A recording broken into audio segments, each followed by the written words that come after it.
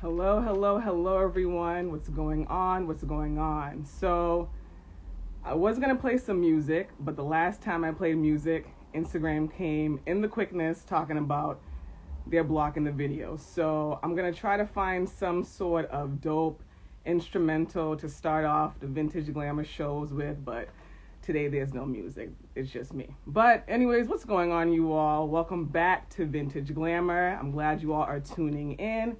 And I hope everyone has had a great week and is having a great day today. Today we're going to be discussing 5 ways to get involved in the resale fashion industry now and post-COVID. So I know that there's a lot of people that might not necessarily want to have their own stores, but they still want to find ways to get involved in the industry. Well, this is for you. And this is also for people that have their own stores, but they still want to find more ways to get involved in the industry. This is also for you as well. So in 2025, resale fashion is predicted to be one of the highest realms in fashion. And I honestly think that because of COVID, that's going to be sooner, much sooner. You know, in America, as we all know, we're currently in a recession right now.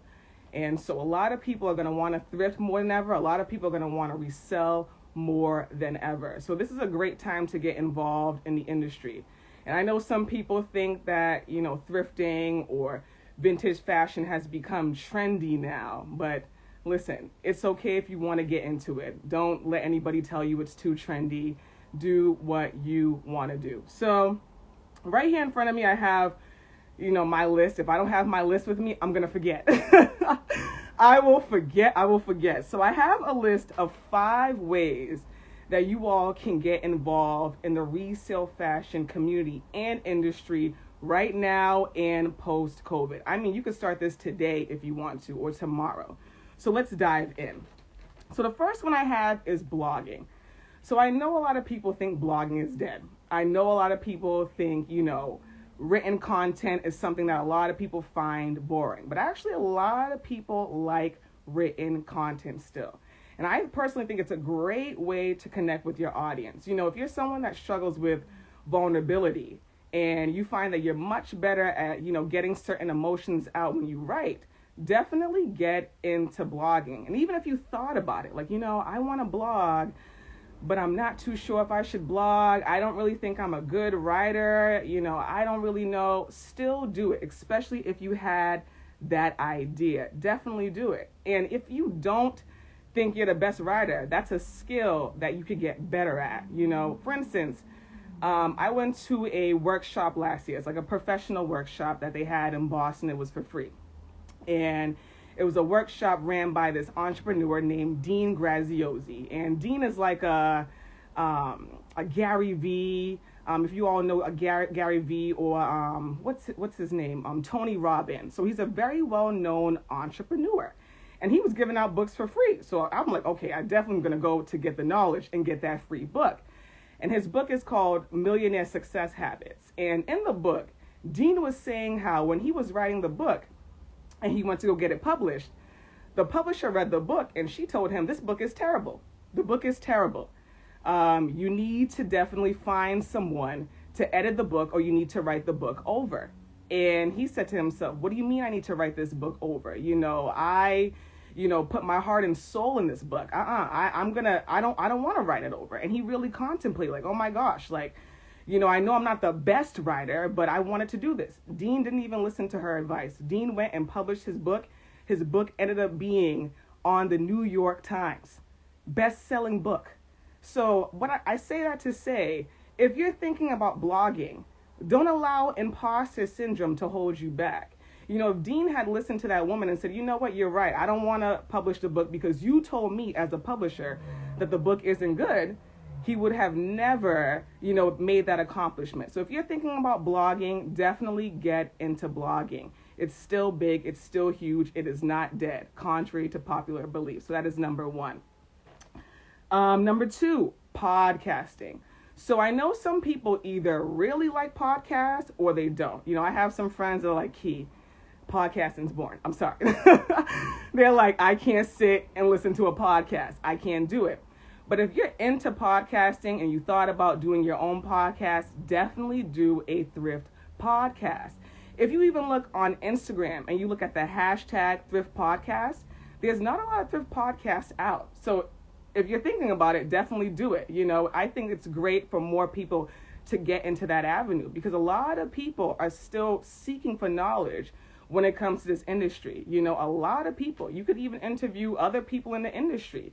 And if you don't even want to do your own podcast per se, you can do what I'm doing right now, an IG live, series, and just share your story or share your knowledge or find ways to connect more with other people. But I really like podcasts. I really do. I always feel like I gain a lot of knowledge from podcasts. I love connecting with the host in the podcast. So if you ever thought about doing your own podcast, especially when it comes to thrifting, definitely do it. The industry definitely needs more podcasts. We need more podcasts, so definitely do it. So that is number 2. Number 3, community organizing and event planning. So I personally think, this one is going to be big after COVID, because a lot of people are itching to have some fun. Even me, y'all, I've been so bored these past few weeks. Oh my gosh, I've been bored. So a lot of people have been itching to have some fun, itching to be around other people, itching for that community aspect that many of us really love when it comes to thrifting.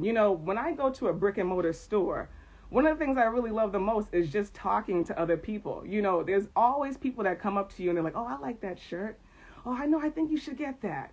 And they just randomly start conversations with you. So if you've been thinking about starting your own community platform online, start that platform on Instagram. Start that platform on Mighty Networks. It's like a social network that allows people to have community networks. And so if you want to do that, start a platform online, or you can write an idea down and wait till after COVID and start something after COVID offline.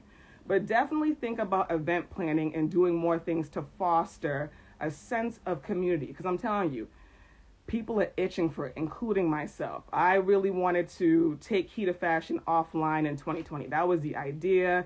That was the goal. I said, oh, we stepping out, baby. And COVID said, no, you're not. No, you're not. You're not stepping out yet at all. You're not stepping out. So I definitely think post-COVID, listen, people are going to want to do more community events, more community engagement. So if you're thinking about it, definitely do it. So that is number 3. Number 4, vlogging. Vlogging is huge in 2020. It's huge. And it's going to be even bigger in 2021. So if you've been thinking about doing a YouTube channel, do that YouTube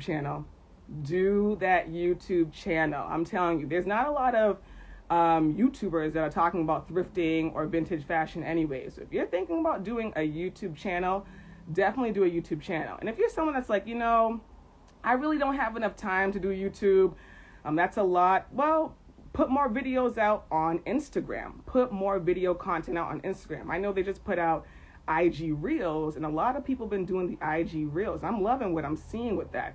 So put out more IG Reels, or put out, more lives, or just put out more video content on your page. People definitely love videos. I remember I put a survey up, and I was asking people, what do you want, pictures or videos? And people said video.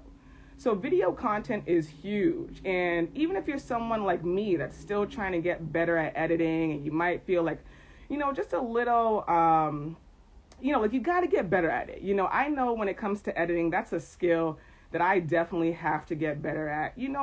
Just take time and get better at that skill. But video is huge. And if you have a business, you got to get on video. That's just or you'll fall behind. Literally, any video I watched online where people are talking about small businesses, they're saying video is important for businesses.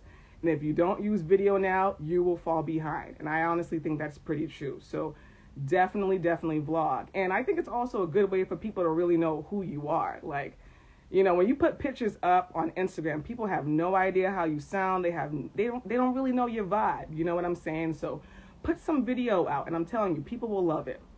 So that's number 4. And number 5, formal education. So this is webinars, courses, or workshops. People are always seeking for knowledge. We are actually in the age of knowledge. So people are constantly seeking for knowledge. So if you're someone that you feel like you have, expertise when it comes to this realm of fashion, share it. We are always, seeking for knowledge. If you're like, what, I've learned something when I used to work at a resale fashion store that I want to let people know about, or I've learned something along my own resale fashion journey, share it. People are constantly seeking for knowledge, especially when you tie it into a personal story. People are constantly seeking for that. So a webinar, courses, or workshops offline, post-COVID, people are going to love going to those workshops because once again, people are going to get to meet people and connect with other thrifters. So if you're thinking about these things, write it down. So that's all that I have. And I have more ideas that I will be sharing in another episode. But I didn't want to overwhelm you all. I know that IG Lives, it can be really hard for people to keep the attention span. So I'm like, all right, I don't want to overwhelm people and say 10, so I'll do 5 for today. But, I think it's really, really important for you all to definitely get involved in this industry. I know I talk to a lot of people that follow the platform and they've been thinking about, ways that they can get involved, but they've just been thinking. You get what I mean? They've just been thinking and haven't executed that plan yet. And I know, even for myself, I've been in that stage where I've thought about things that I've wanted to do. And I'm like, you know what? You need to start. So if you've been thinking about blogging, vlogging, doing your podcast, doing webinars, start. I'm telling you, when you start something that you've always wanted to start, what will make you more annoyed is the fact that when you start it, you're going to think, man, I should have started this a long time ago. I should have started this a long time ago. So don't compare yourself to other people like, man, there's already a ton of, oh, my earring's falling. Well, might as well take this one off too. So don't compare yourself to other people and think, all right, there's already a ton of blogs. There's already a ton of vlogs. No, do what you want to do. Do what you want to do. And I'm wishing all of you all the best. We need more people to get involved in this industry. We need more people to share their stories. So do it. If you want to blog, if you want to vlog, definitely do it. And I hope that you start today.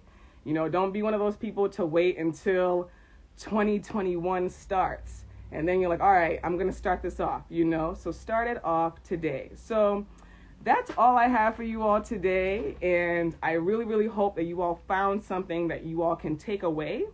Because that's the biggest thing.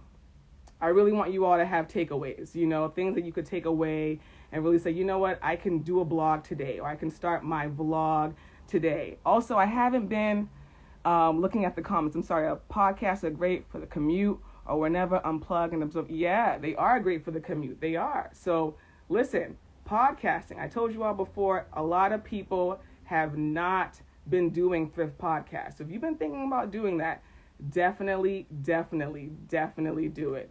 So that's all I have, but I also want to say that new gems will be out at 6 p.m.